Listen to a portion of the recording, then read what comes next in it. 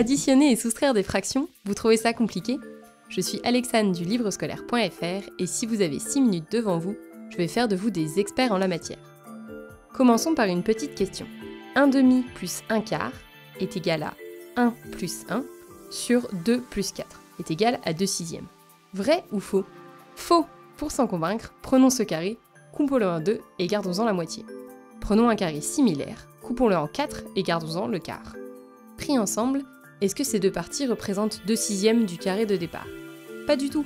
Visuellement, on voit bien que ça n'a rien à voir. 1/2 plus 1/4 est égal à 2/6, c'est donc totalement faux. Si l'addition de deux fractions ne fonctionne pas comme ça, alors comment est-ce qu'on doit procéder?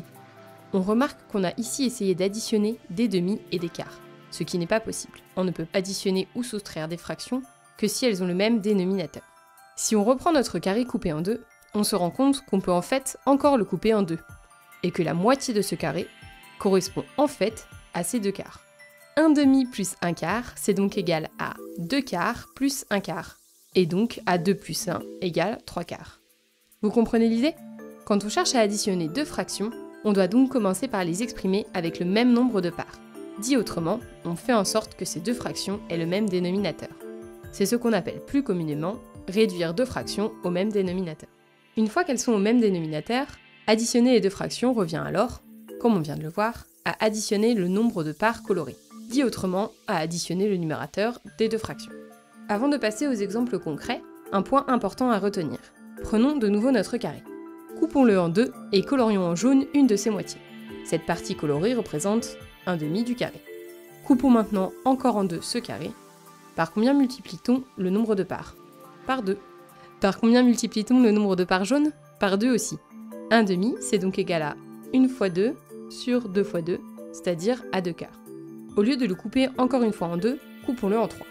Par combien multiplie-t-on le nombre de parts? Par 3. Par combien multiplie-t-on le nombre de parts jaunes? Par 3 aussi. 1/2, c'est donc égal à 1 fois 3 sur 2 fois 3, c'est-à-dire 3/6.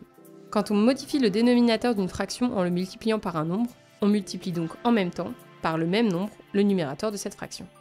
Bref, en résumé, pour additionner et soustraire des fractions, comment est-ce qu'on doit procéder?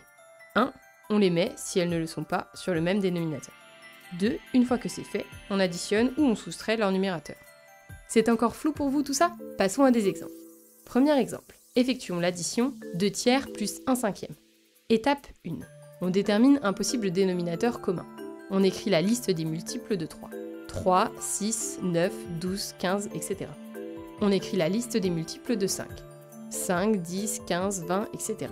Est-ce qu'on a un nombre qui apparaît dans ces deux listes? Oui, le nombre 15 est à la fois un multiple de 3 et de 5. C'est donc un possible dénominateur commun. Étape 2. On réduit les fractions au même dénominateur. Notre but dans cette étape, c'est quoi? D'écrire 2/3 et 1/5 sous la forme de deux fractions, ayant pour dénominateur 15. Par combien est-ce qu'on doit multiplier 3 pour obtenir 15? Par 5. Pour écrire 2/3 sous la forme d'une fraction de dénominateur 15, on doit donc multiplier par 5 le dénominateur, le nombre total de parts. Mais si on multiplie par 5 le nombre total de parts, on multiplie aussi par 5 le nombre de parts colorées, le numérateur de 2/3. 2/3 est donc égal au final à 2 fois 5 égale 10/15. On procède de la même manière pour 1/5. Par combien doit-on multiplier 5 pour obtenir 15? Par 3. On multiplie aussi le numérateur de cette fraction par 3. Et donc 1/5 est égal à 1 fois 3 est égal à 3/15. Étape 3, on ajoute les numérateurs. Maintenant que les deux fractions sont sur le même dénominateur, les ajouter, ça revient à compter le nombre total de parts colorées, soit à ajouter leur numérateur.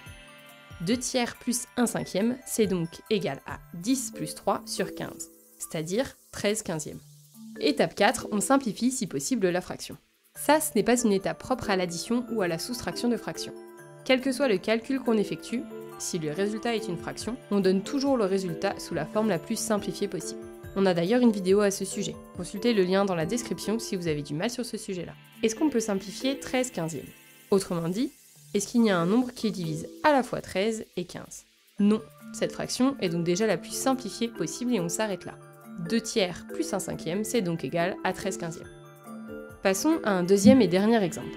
Mais cette fois-ci, on va faire une soustraction. 8/5 moins 11/10. Pas de panique, ça fonctionne exactement comme une addition. Étape 1. On détermine un possible dénominateur commun. Les multiples de 5 sont 5, 10, 15, 20, etc. Les multiples de 10 sont 10, 20, 30, etc. Est-ce qu'on a dans ces deux listes un multiple commun? Oui, 10. Ce sera donc notre dénominateur commun. Étape 2, on réduit les fractions au même dénominateur. Notre but, c'est quoi? D'écrire ces deux fractions sur le même dénominateur 10. Bonne nouvelle, c'est déjà fait pour l'une d'entre elles. 11 dixièmes va donc rester telle qu'elle.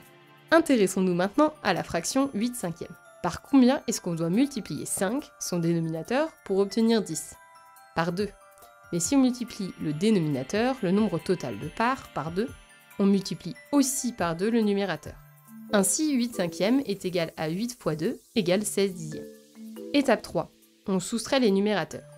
8 cinquièmes moins 11 dixièmes, c'est donc égal à 16 moins 11 sur 10, c'est-à-dire à 5 dixièmes. Étape 4. On simplifie si possible la fraction. Encore une fois, ce n'est pas une étape propre à la soustraction. Est-ce qu'on peut trouver un nombre qui divise à la fois 5 et 10? La réponse est oui. 5 divise à la fois 5 et 10. 8 cinquièmes moins 11 dixièmes est donc égal à 1 demi. Des questions? L'addition et la soustraction de fractions, c'est encore flou pour vous? N'hésitez pas à poser toutes vos questions en commentaire et je ferai de mon mieux pour y répondre. Et en parlant de questions, voici la question de fin de vidéo. Aujourd'hui, j'aimerais connaître le résultat de la soustraction 4 huitièmes moins 6 demi. Donnez-moi votre réponse en commentaire, et si vous voulez me faire très plaisir, donnez-la moi sous la forme d'une fraction la plus simplifiée possible. Sur ce, bon courage à vous, et on se dit à la prochaine pour une nouvelle vidéo de maths.